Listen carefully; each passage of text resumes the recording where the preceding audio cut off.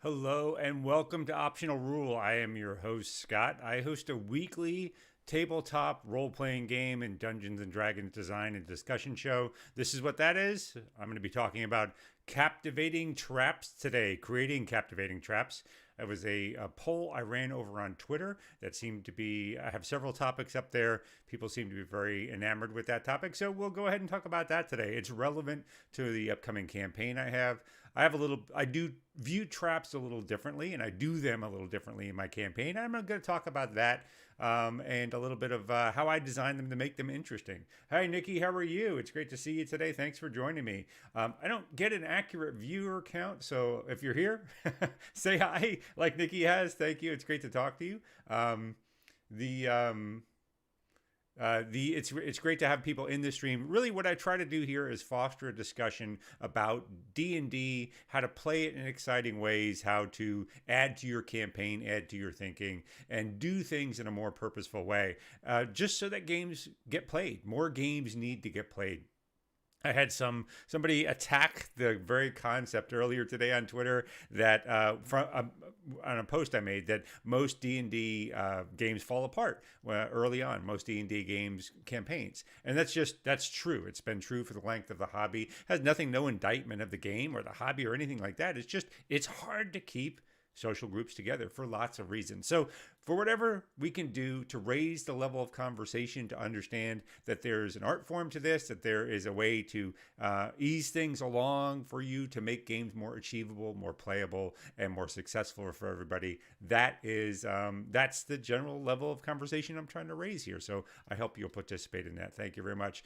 Do the social media things. Give me a follow, like, subscribe, bell icon, send cakes, all that kinds of stuff on whatever platform you're seeing it on. I stream live to both YouTube and Twitch simultaneously. So if you're chatting from there, go ahead and say hi. I may not know what platform you're on right away, but it's great to have you here. So let's talk a little bit about traps. Nikki said she's doing okay. How am I doing? I'm doing good. I had an exciting, hectic week. I am looking forward to talking about some gaming. I use gaming, so I'm not thinking about work all the time, like a lot of adults. So I really enjoy it, and I try to really dive into gaming, especially in the midst of the pandemic. It's a great distraction. It's a great way to spend your time, and it's a great way to connect with friends. I'll actually be talking about this in a future stream, and I keep promising, and I will do a YouTube channel, like more canned videos, things that are their specific advice rather than rambling discussions. But one of those will be one of my first ones, and I'll make a blog post on this, is how you can help recruit people for your style of game a little bit more successfully. Now, why I'm saying that is in the future, this pandemic will lift. We'll be out face to face with people in D&D again someday. So I would love to give you some tools that you might be able to use to get to know friends now, or target the right type of audience for your game later and bring them in so you can have a successful game when we all get back to being face to face, because I think we're all really looking for that kind of stuff.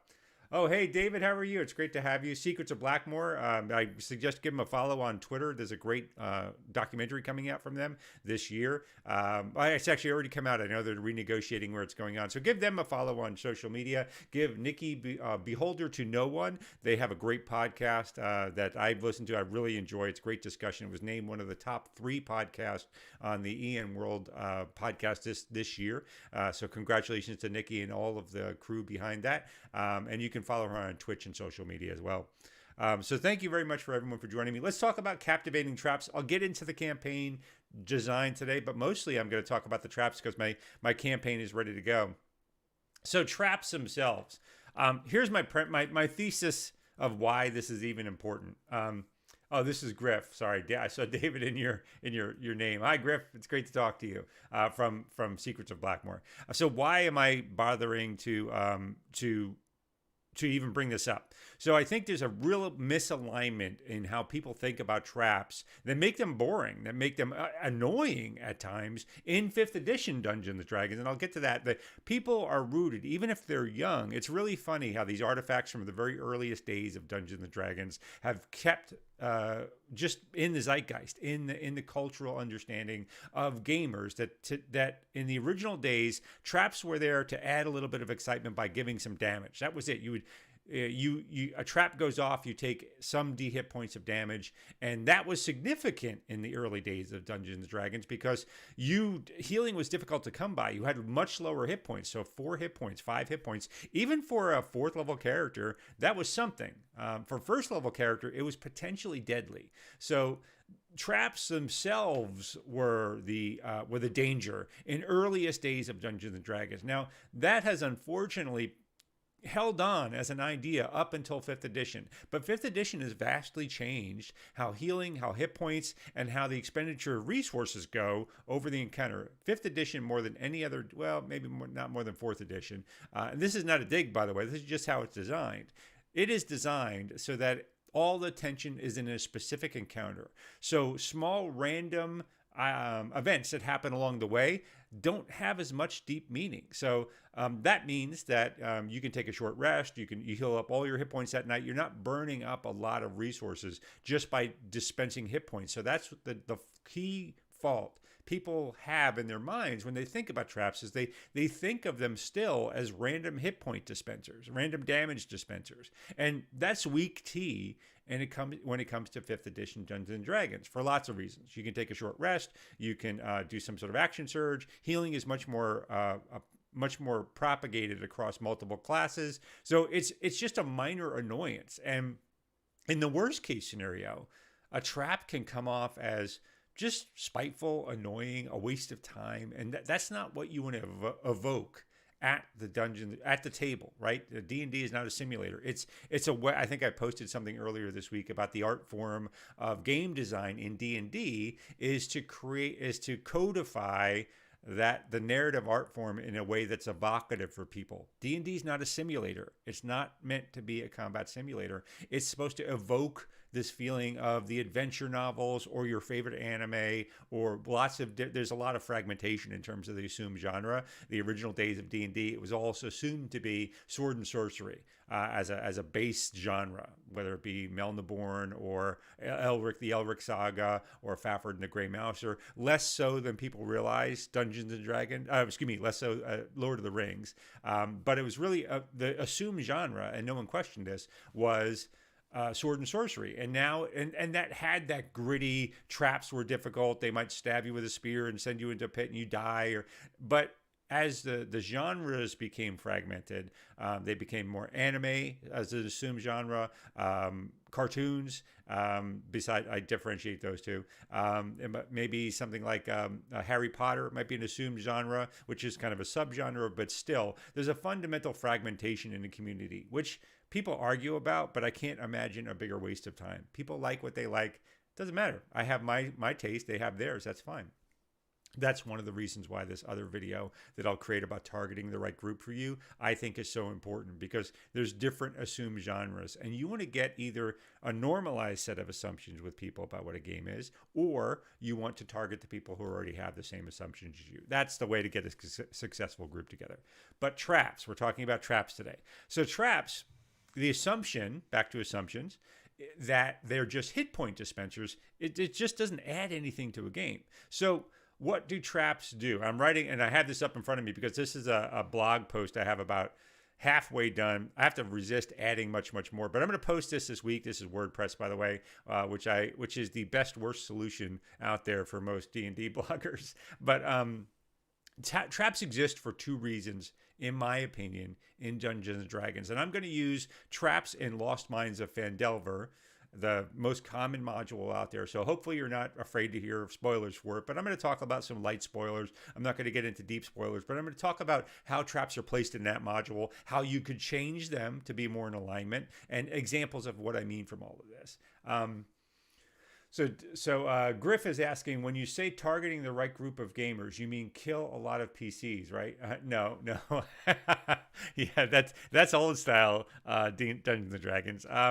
No, although this is the ironic part, I'm very supportive of lots of different play styles, but ironically, my personal taste trends towards early D&D. I like gritty combat. I like gritty realism. I like that type of stuff. Now, I love 5th edition. It's not really gritty. I still love it. It's not a problem. And I love that all of these different genre assumptions exist in the world. I do. It doesn't it doesn't concern me that someone has a different set of tastes, and I can even enjoy that. But left to my own devices, I'm Gen X, right? So this sort of gritty realism, the industrial wasteland that we all grew up with, that's where my mindset is. Traps themselves. Traps should do one of two things. So I'm blogging about this. So and my quote that I put here is: a good trap advances the plot or it enhances the action, and a great trap does both. So let's talk a little bit today about what I mean by that. And I would love to get some examples from you. When did a trap happen in 5th edition, or maybe 4th, because they have similar ways that the system has diverged from the early days of hit point dispensing or damage dispensing.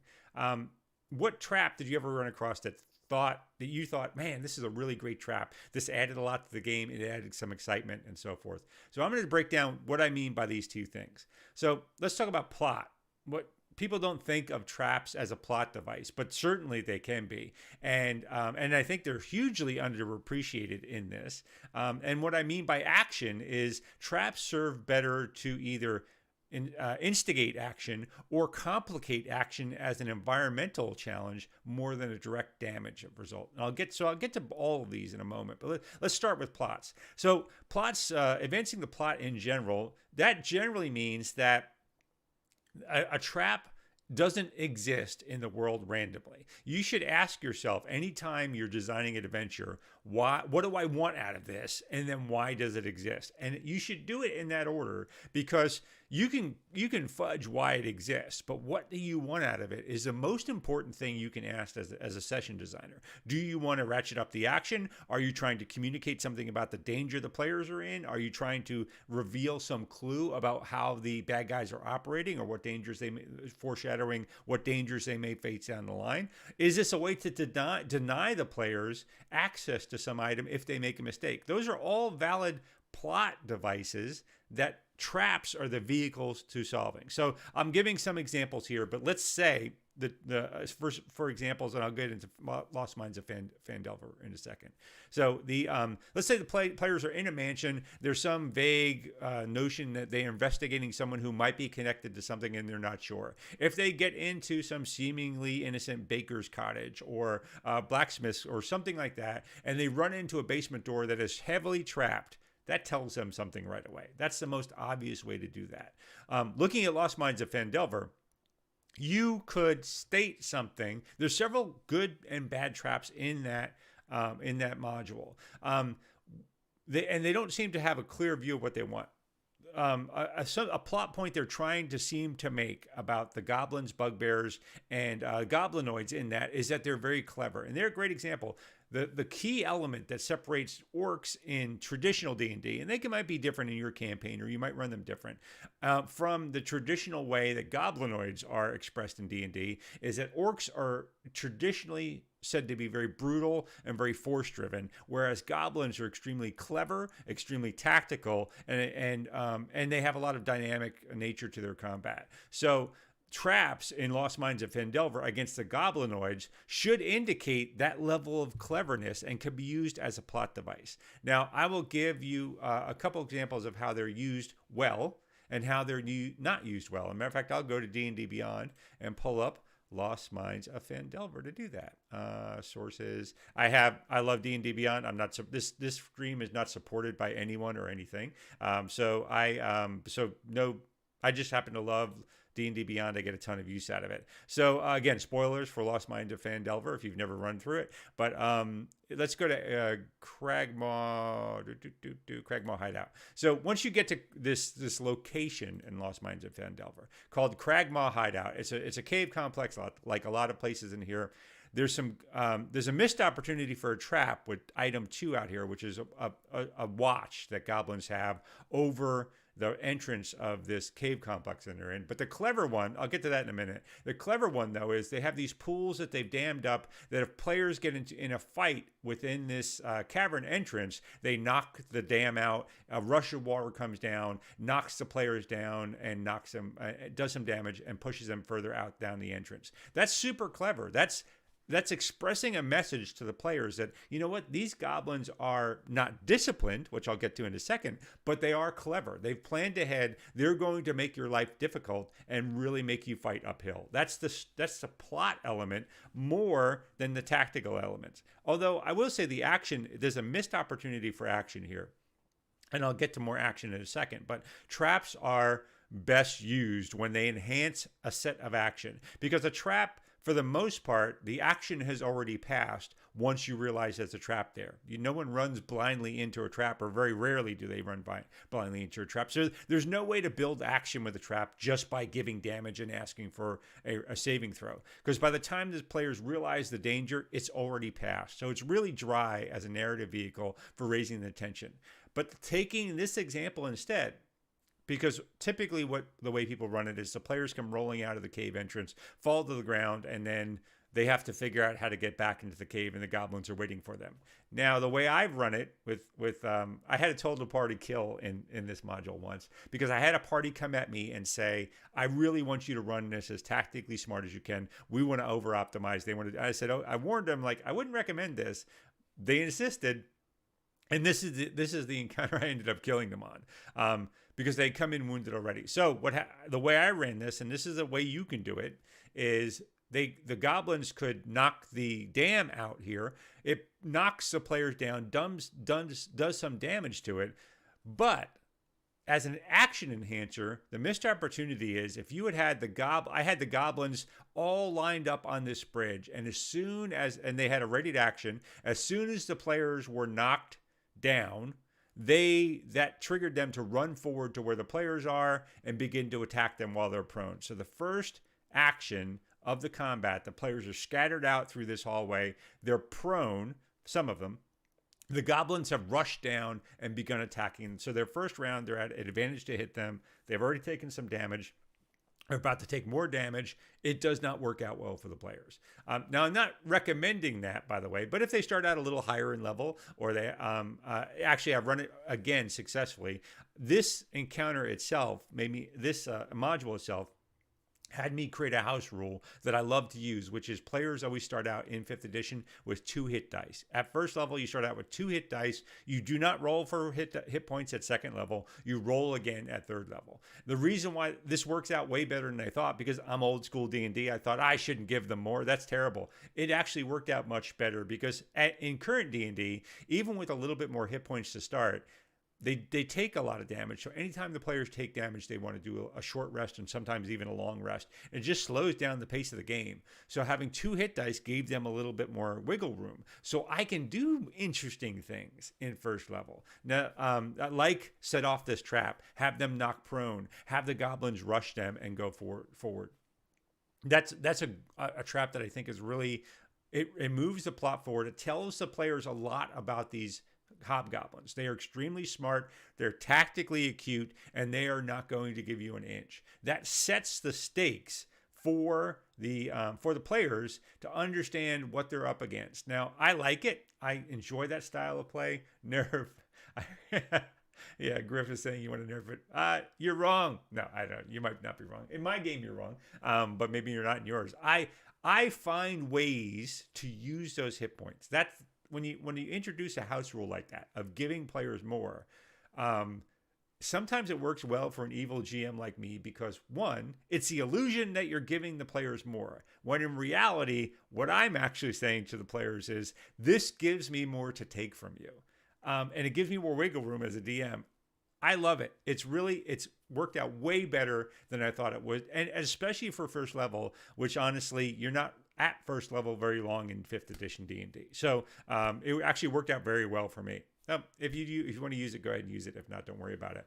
But so let's get to an ineffective trap, and really a great example of that in Lost Minds of Phandelver. And there's no map here for me to show you, but prior to there's an encounter called Goblin Ambush that the players face before this. So they come up to a section of the road. I'm using, by the way, my spicy Heck Boy mug. That's one of my favorite mugs. Emancipation. I hope I'm pronouncing that right. Emancipation. Yeah, they were saying they really like that house rule. It really has worked out way better than I thought it would. I would suggest giving it a shot. I would do it. Leo the Mofo Lion. I love that. Oh my God, I love that name. Hey, Leo the Mofo Lion. Hi, Leo. It's great to have you here as well. Nikki was saying, I like traps that make you roll multiple times.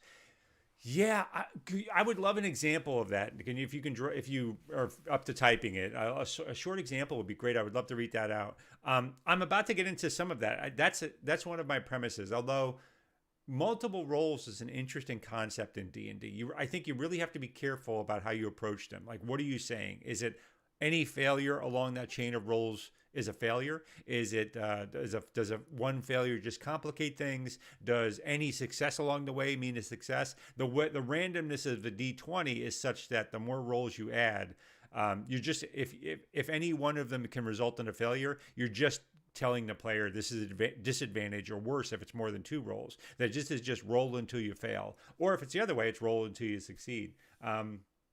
That's very true, though. Leo the Mofo Lion, again, I love that name. You guys ever role play in cities and stuff? Yeah, cities are probably the biggest source of role playing. Although, quickly, I'll say this.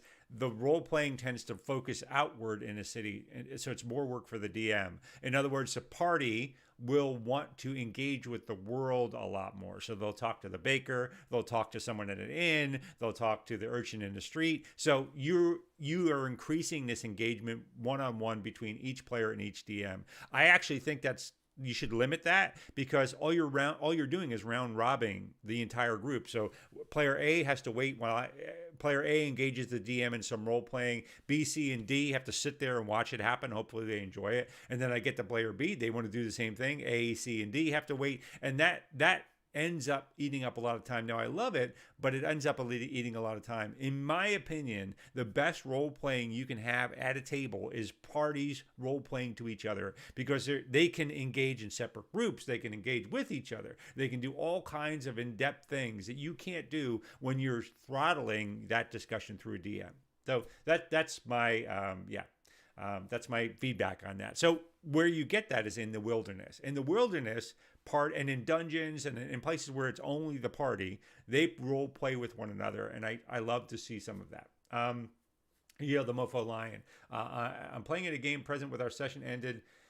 Without them entering a city, the DM wants us to do stuff next session in the city, go to shops, etc. Yeah, my advice is look up downtime in the DMG and Xanathar's guide. Get some ideas from that. Ask what your character would want.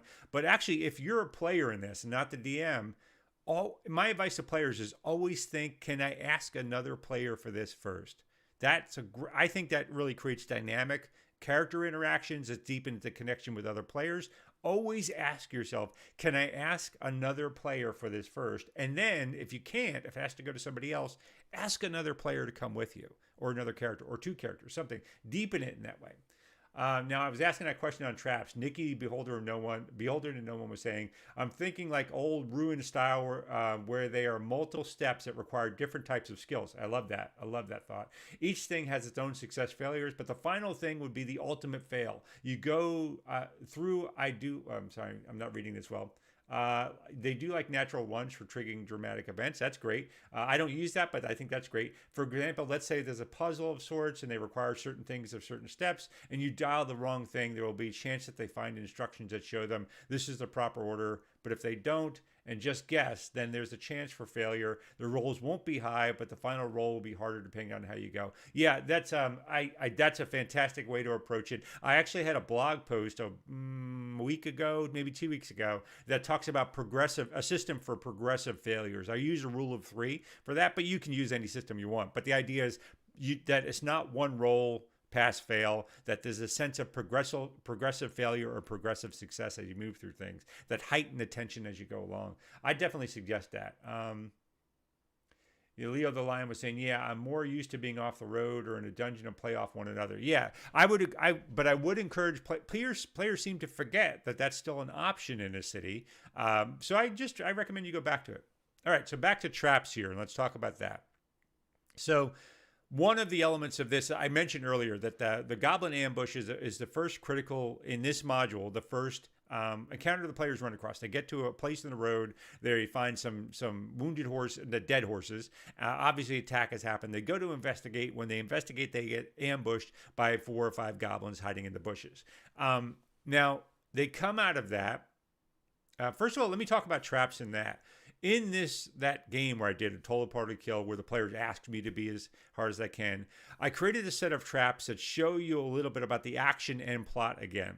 So what I did was I had the goblins get up in the bush, so all the terrain from the road to where the goblins' ambush point was difficult terrain. It cost them twice movement to get through. I said the goblins and got and dug small trenches in the pathway between them and their ambush spot, and they had put little punji sticks, little sharpened sticks in there, and I just used them like call traps from the DMG, which means if a player steps on a hex with one, they take a point of damage, they make a saving throw. If they fail, their movement stops right there, and there was 2 levels of them. So the ambush kicks off, the goblins are firing arrows, their first round is with advantage because the players can't see them. The players go to charge, they're already at half movement, so it's a full round to get there if they dash. In the midst of dashing, a few of them hit these trenches, what they can't see because they're behind bushes. They hit these punji sticks, they stop, so now they can't even get to these goblins. The goblins use their bonus action to hide, which is a goblin action, by the way. That's one of their special abilities. So the next round, the ones that succeeded are able to continue their ambush, firing with advantage. It wore the party down. It was one conscious player character, and that was with the 2 hit die house rule that I was using. That was a way. It set the stage for the players. This was one. It heightened the action because it delayed their ability to get to these goblins in the first place. 2. It communicated something very important to the players right up front. These goblins are incredibly tactically aware. However, they have terrible discipline. We'll come to that a little bit later. So this really set the stage in terms of plot. It set the stage. It's a simple trap, but it combined an environmental effect, which means it affected movement. It combined alerting the goblins. It married well with the goblins' ability of being able to hide, so that delaying the action was a really important bleed in. And this trap really integrated well with the encounter, and it's an example of how it becomes much more than just a hit point dispenser. So that itself. Now, I will say that design I only did because the players begged me to be as hard as I could on them. I would never have done that against a first level party because it's just too much. You limit their movement. You surprise them in the way they have. A new set of players, I would never even think about doing something like that. But if you're looking for a more advanced encounter, if you wanted to bring this up to 3rd level, let's say they face these goblins again at 3rd level, that's a great encounter using the same exact number of goblins, in fact. All right, so later on, it's same sub-adventure here. The players are supposed to go up to this cave complex you see right on your screen right now. Going up the trail, this is an example of really a misused trap and a missed opportunity. There's just some random spot where the players might fall into a pit, and there's another random spot where they get a little. It's one of those traps that are. It doesn't really exist in real life, but it's a rope loop hidden. They step in it. The tree goes up, and it grabs their foot, and the player ends up swinging from a rope hanging in the middle of the trail. It's cute. It's annoying, but they're not under attack. They're not under threat. They may take a few hit points, but all it does is incentivize the players to take a short rest or a long rest before they go to Cragmaw Keep. And what was the point of it? Really, what did it do other than tell you that I'm going to be annoying to you, I'm going to eat up some of your time, I'm not going to give you much agency? Because again, traps are rough because they remove agency. There's really not, unless the players have found the trap or are aware of it, it doesn't give them a lot of options. The danger has already passed by the time they realize it's there. Leo the Mofo Lion was saying, I might go for religious services. This is for role playing. Might give some alms or something. Labeled poor. Yeah, that's always a great. Use those opportunities to express the point of view of your character in role play. Griff was saying, yep, I did a similar thing with kobolds. The party had to restart and come back another day because the kobolds trashed them. It did not kill them. Yeah, I get that a lot. Matter of fact, I think that's a particular weakness of this module I don't like, and it's a. Fifth edition designers somewhat encouraged this. So you often end up with a scenario where there are monsters held up in a location. The players come in, they stage an attack on that location. They take too much damage, they retreat, but they've killed some of the monsters there.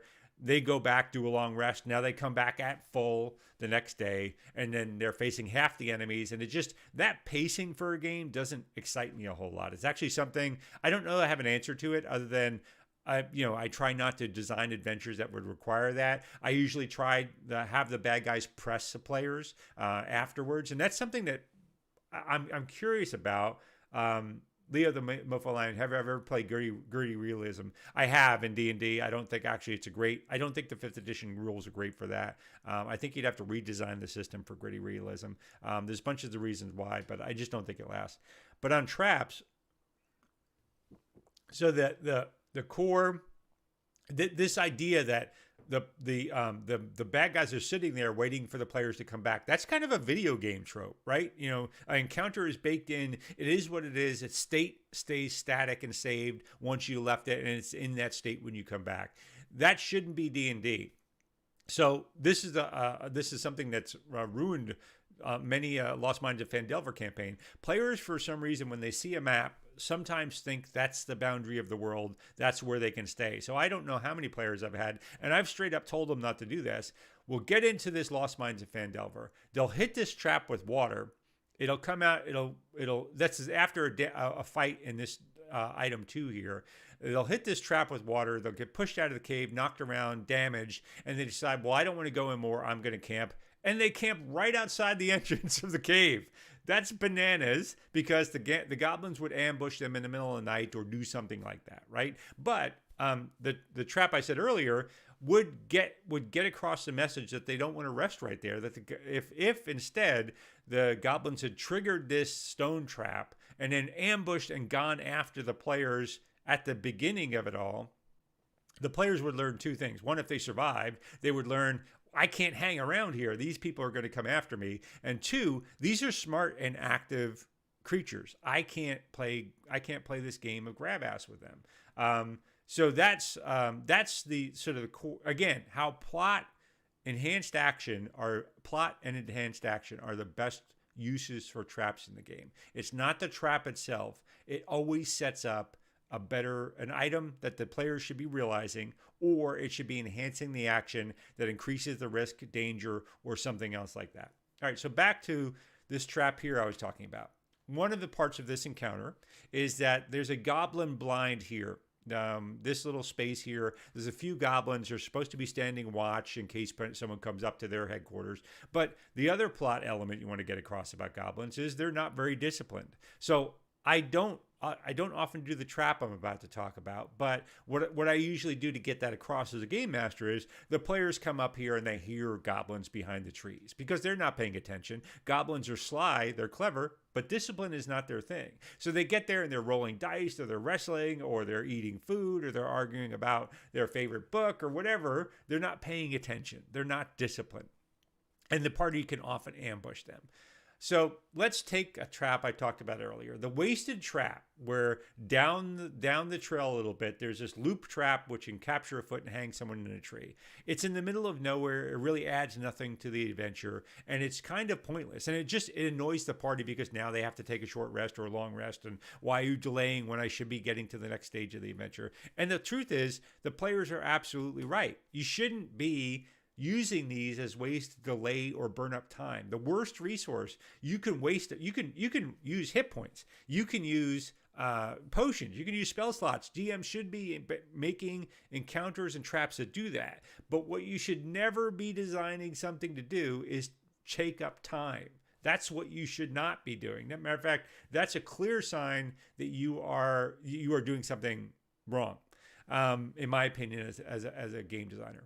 So let's take that trap I talked about with the foot loop that catches you. Now, instead, let's say the trail, the regular trail, exits right here where the players come out. The goblins are not paying attention, but that loop trap is there, ready to grab a player and set them in the air. That does either an action enhances the action, or tells something about the player in this way. If the players find the trap, they see it, and they realize there's a trap there as they come up on this cave, that tells them there's somebody in this cave. That tells them there's something to protect in this cave. It's not just some rando cave they're looking to get across, although the trail has already dumped them here. That cues them back into the action. There's something to pay attention to. Let's say they find the trap and then they hear the goblins on the other side arguing about their card game, because why would the goblins pay attention? There's a trap out there. That's going to catch anybody coming up the trail, right? So that's one scenario. Let's take the other scenario. The players don't see it. They think they're sneaking up. The trap goes off. A player's hanging in the air. Then these goblins attack them. There's a lot to do. Does someone cut a player down? Does the player fight and shoot hanging upside down with disadvantage? Do they anything like that? That's a great, and even better, it would draw these goblins. I'm pointing when you can't see me. Sorry. These goblins would draw for their fight to come out to fight the player characters. At some point, if it starts going bad for the goblins and they turn and try to run into the cavern to warn people, that raises the excitement of the players to catch this goblin before they get inside. I think that has a potential to transform that encounter into something. It raises the stakes. There's a great comment that Griff just mentioned. In their humble opinion, traps establish a level of threat. Once players find a trap, they are wise to use caution because the stakes have been raised. That's true.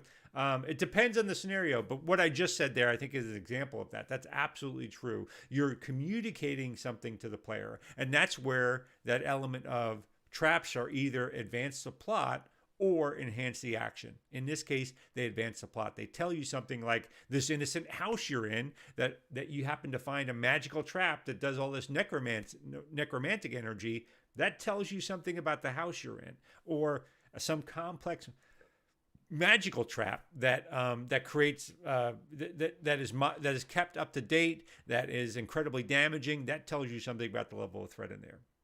And actually, let's get to level of threat. Traps are difficult to set because for lots of different reasons. Again, because sometimes in D&D, one of the mistakes people fall into is they try to set it as a simulation. Like if a rock falls on somebody, a rock should do X number of damage no matter what the level of the party is. That's kind of true, but you can modify that. Say there's more rocks. It's a heavier rock. It's a sharp rock. It's a whatever. This is a denser rock.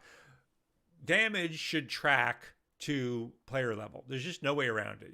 We scale adventures. You don't have to do it tightly, but we generally in our design scale adventures to the level of the party. This includes trap.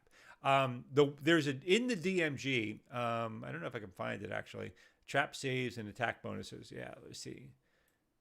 This is the section it's called. Sometimes search does not work so well in D&D Beyond, but I'll show you the original section in the DMG. I'll talk about why I use something different, and I'll tell you what that is.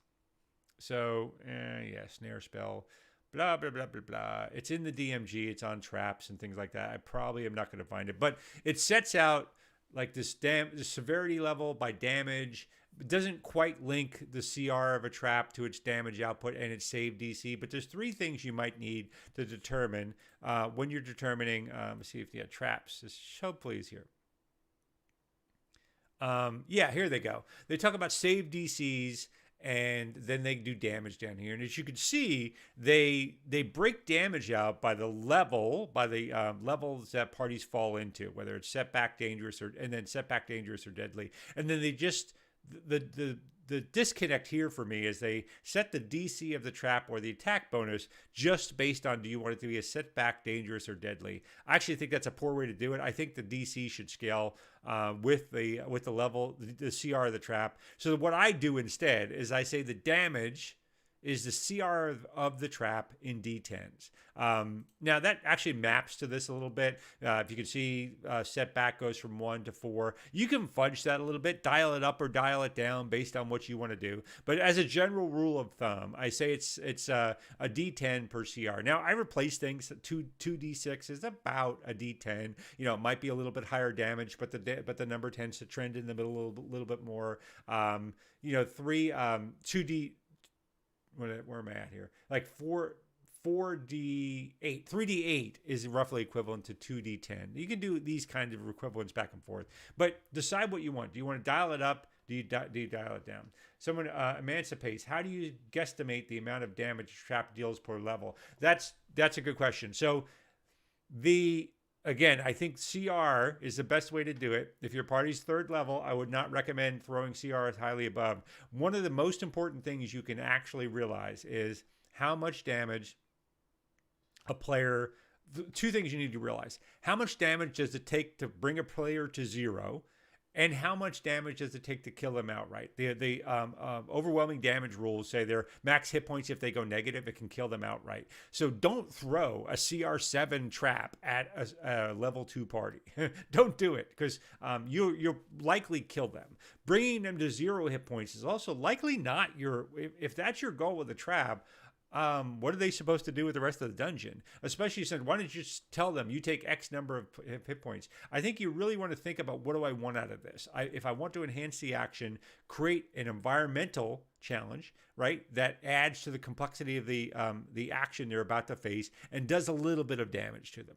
If you're looking for a plot element, then maybe you do want to throw in a ton of damage. If you want to tell them this is the Wizards Guild of Baldur's Gate, or your main city, or these are the main bad guys, put a trap in there and let them find it that does far more damage than they could possibly absorb. That'll tell them, go take a different path. It might tell them, don't mess with these people. It can tell them a lot of things. But so that's my suggestion. So in terms of attack bonus, if it's like an arrow trap to hit, I usually do 2 plus half the CR, rounded down or rounded up, really depending on do you want to dial it up or dial it down. This is much more tightly coupled, because of bounded accuracy. You have to understand that a shift of +1 or +2 is pretty significant in 5th edition D&D.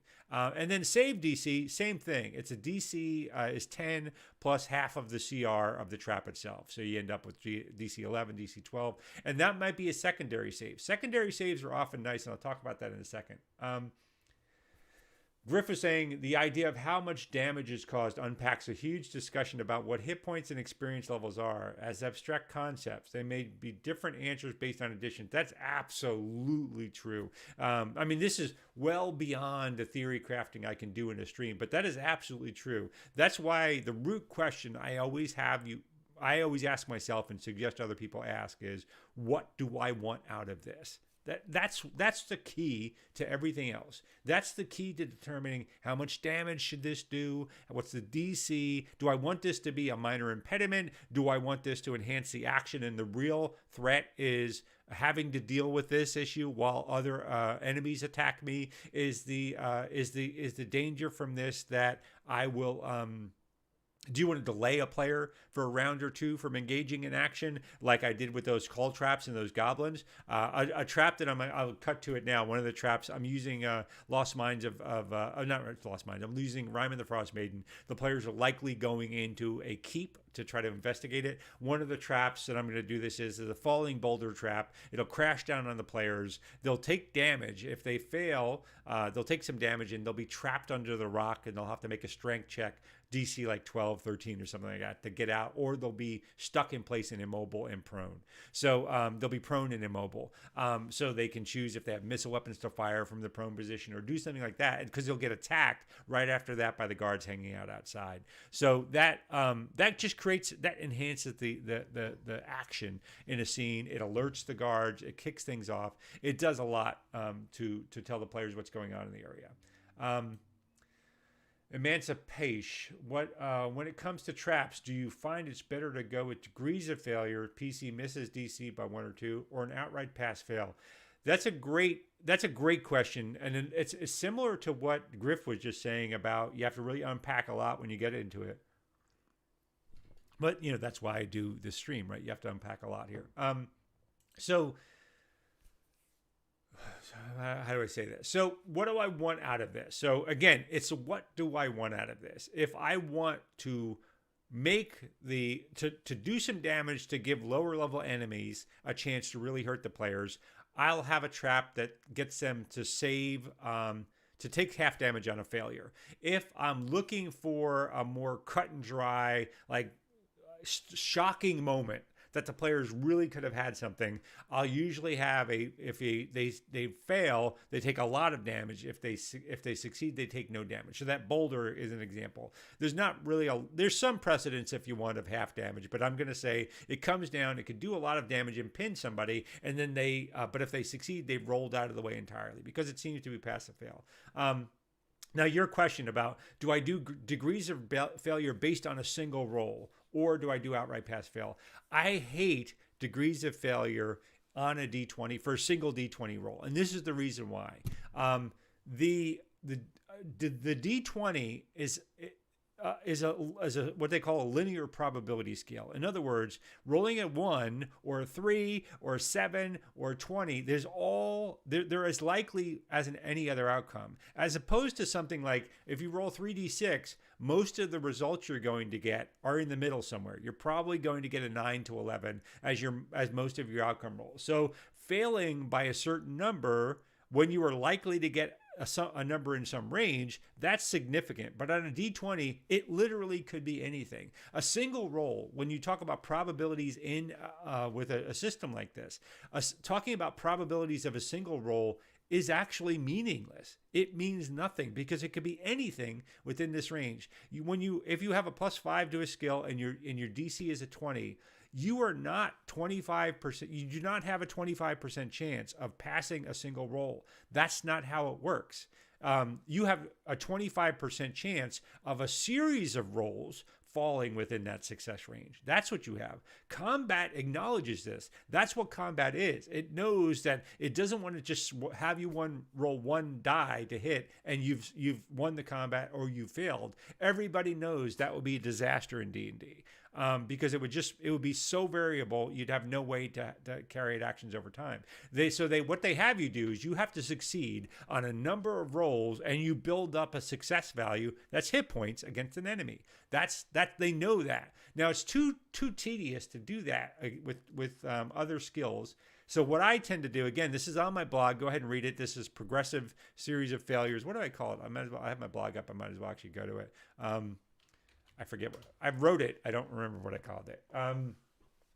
There is something about I think it's other DM tools. This is my blog, by the way. Go ahead and check it out for all kinds of awesome and do me a solid and please share these articles if you find them interesting. Please share them on social media. Reddit really frowns at me if I try to promote them a lot myself, and I get it. I get that's fine. Or Discord. I don't want to be doing self-promotion. So hopefully you'll find them interesting and share them. But yeah, progressive failures and rising tension. So I try to use a series of 3, and what I try to do here is I give first failure means they don't make any progress. Second failure means they're unable to advance. Third failure means there's consequences or succeed at a risk to get unstuck. So I use climbing as an example. Let's say there's some reason why you have to roll to climb.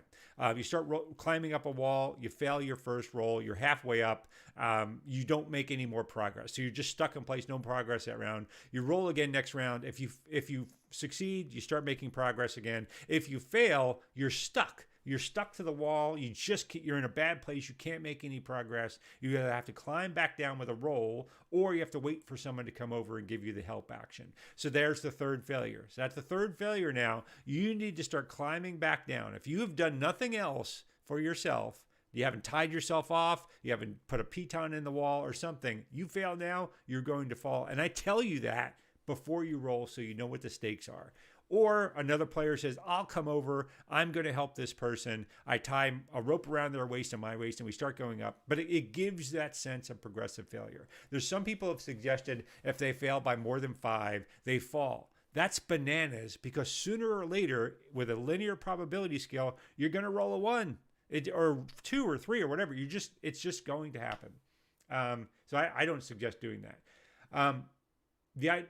Griff was saying the idea of how much damage is caused unpacks a huge. Oh, I've already said that. Sorry, sorry, buddy. So that's my feedback on that. But check that article out. I think it's a pretty good one. So where were we again? So yeah, this is the rule of thumb I use for traps. I ask myself before I dial it up or dial it down, what do I want out of this? I love the idea of kicking off a combat with some complexity. Maybe there's a central chamber. Another example of a trap that I used that I thought was really great.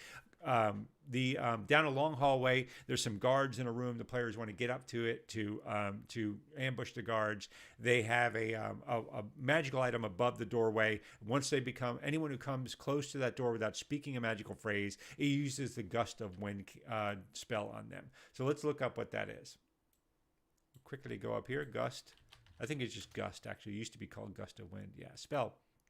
In this spell, and it continues. So it continues over a number of rounds. They have to make a strength save, or they're pushed 5 feet away. So it basically makes the terrain difficult, is what I did, and they have to make a save, or they get pushed 10 feet away, is what I said on the spell. So the players are coming down this long hallway. This wind goes, it alerts the guards in it. They have missile weapons, so they can begin to fire down this hall at players. So the players can choose, do I get back? And is it a ranged combat that we're about to enter into? Is it spell based? And they get caught in the middle of this. And again, it raises the tension of the encounter. Can the guards alert people further down in the dungeon? Can they take advantage of the players in some other way? Are they rolling alchemist fire down at them? There's a whole bunch of things that you can use setting that up in an environmental encounter that would have just fallen flat if the players had walked down an unattended hallway and a gust of wind had just knocked them back 5 feet. Who cares? Who cares? Even if they fall into a pit and take a d6 of damage,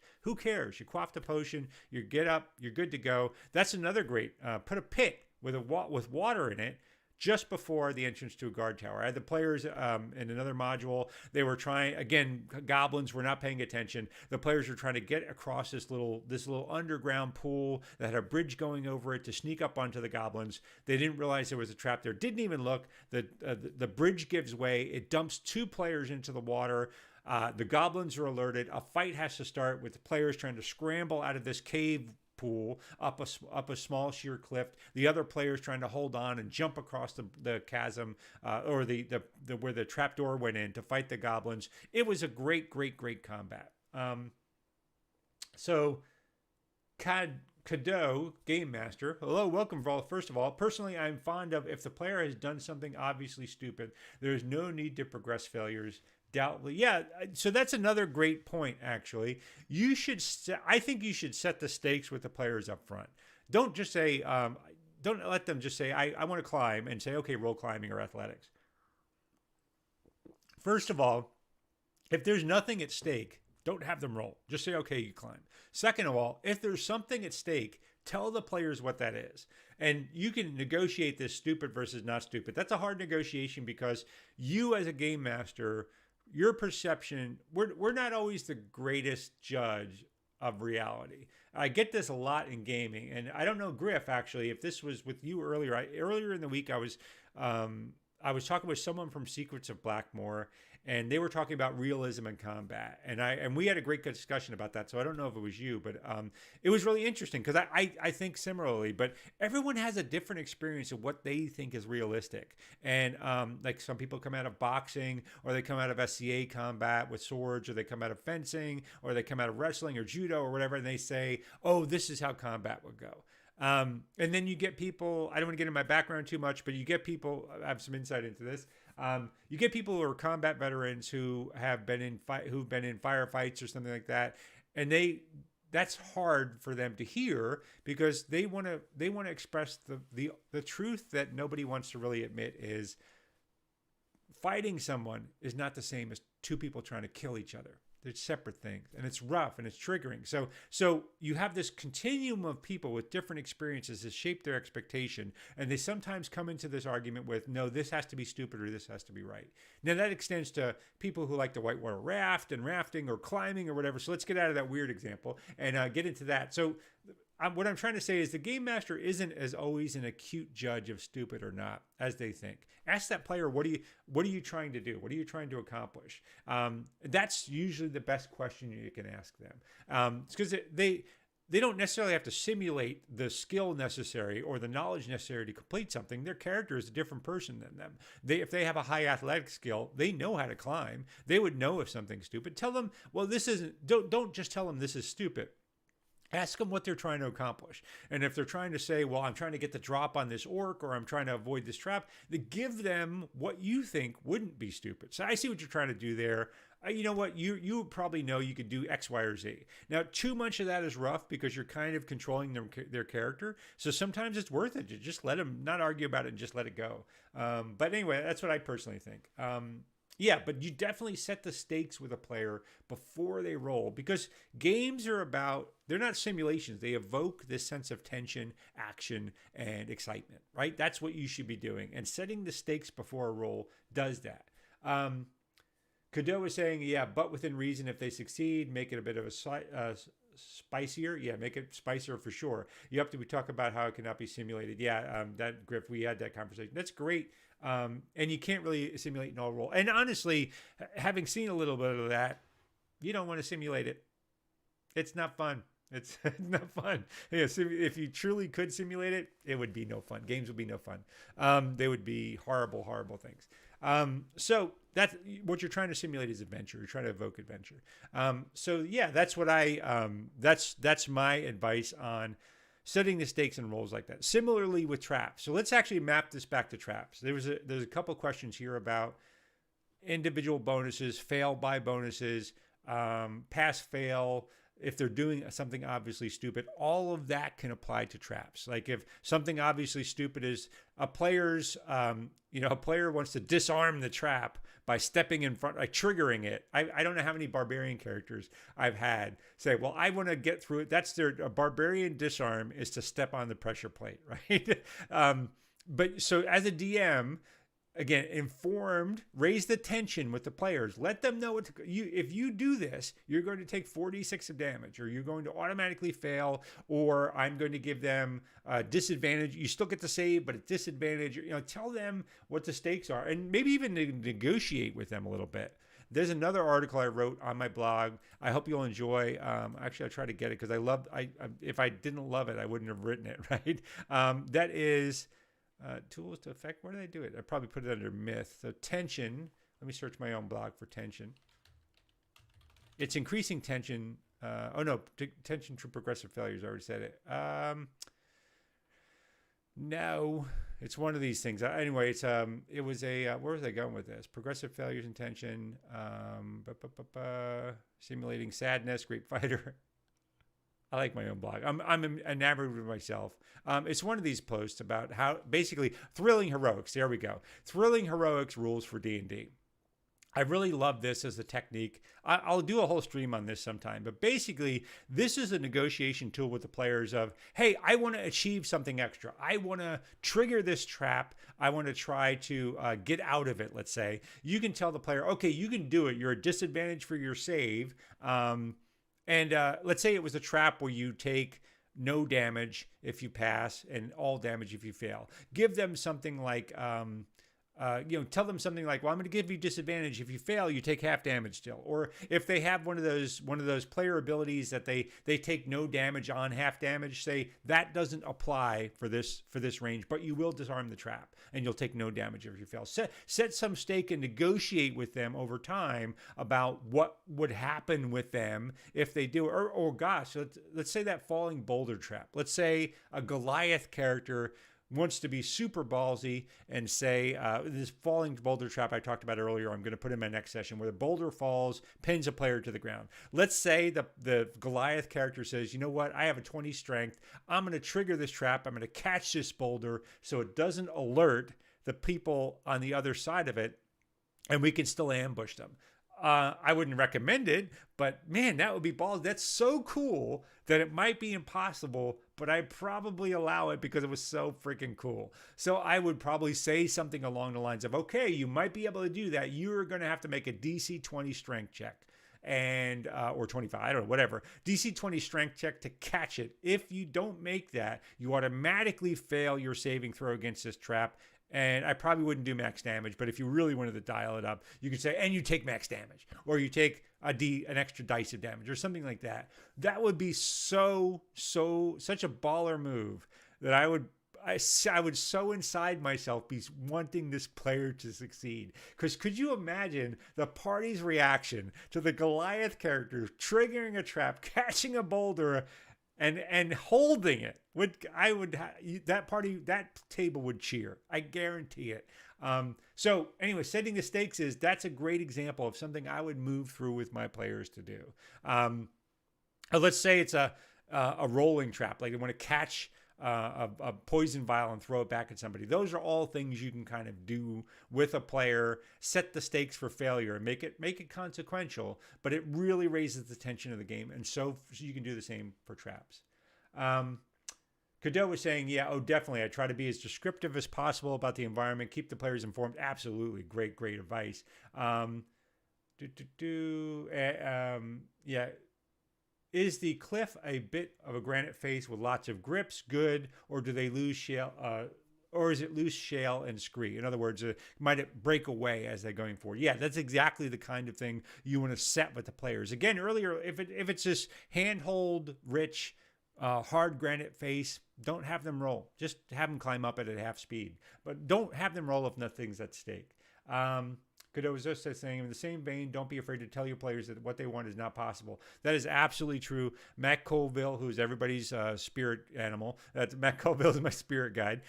He has a great video recently on saying no. Saying no is absolutely true. Tell the players the range of success. I mean, walking into a dragon horde, rolling 20 on a persuade check does not get the dragon to give you all its dragon horde. That's not going to happen. That was never a possibility. You don't have a 5% chance to do it. It was just never a possibility to begin with. Climbing on an upside down on a ceiling, climbing upside down on a ceiling without handholds, not possible. It doesn't matter what athletic shake you were making. So yeah, give them the range of possibilities and let them know what the stakes are. Sometimes they come back with an alternative suggestion. Hey, can I climb on that roof if I drive in pitons or something? Like, okay, it'll still be hard, but sure. Now we're game. Now we've got something here. And then Cadeau was saying, if you want to seduce the dragon, feel free to tell them sorry. They only want to eat you. Yeah, if they told them I want to seduce the dragon, I said that's not something really that can happen with the dragon, unless they've uncovered as part of the campaign something that dragon really wants or something that dragon might react to. We might have a plot device there. But if they just come out with some silly arbitrary, I might have a 5% chance to succeed. I would just tell them that's not really possible. Come up with another plan. Okay, we are right at our hour. I'm going to wrap it up here today. You know what? I want to thank this stream has been growing. I want to thank everybody who's come today. This has really been an engaging discussion. Thank you everybody for all your input. I really like Spider Climb for ceiling shenanigans. Totally down with that. Spider Climb is a great spell. But I really want to thank everybody for their great input today. This chat has been fantastic. I've really enjoyed it. I hope you have too. I do this every week on Saturdays at noon, so I hope you'll join me in future sessions. I hope you do things like just go ahead and give it a follow, give it a like, subscribe, hit that bell icon, do all of the things. I stream both here on Twitch and at YouTube simultaneously. The archive is maintained at YouTube because I'm not a Twitch affiliate, so they don't maintain a few videos. But I hope you've enjoyed it today. Go ahead and follow me on Twitter. I'm most active on Twitter, and follow my blog that I keep posting here. I'm going to post this Captivating Traps article this week, so I hope you'll enjoy that as well. And please, it's a new channel. I've only been doing this since September. So if you could share this channel, the Twitter, all of those things on your social media, it would really help me out, and I would really appreciate it. I'm trying to create good things for players that they can use to create games. If you'd like to see something, please let me know what that is. I'll try to give it serious thought and see if there's something I can add to that discussion. If you're doing something that you want shared, hit me up on Twitter. I love to support other creators. Tell me about it. I love to retweet it. Love to give attention to it. Love to comment on it. I've joined a couple of the people's live streams here. I've been very privileged in getting a great set of followers on Twitter and on Twitch. It's really been a fantastic experience. So thank you everybody for attending today. I'll be back next week with another session. I really appreciate it. So in the meantime, I hope you're well. I hope you get some really great games done. Remember, fun is not optional. Thanks everybody. You take care. I will see you next week.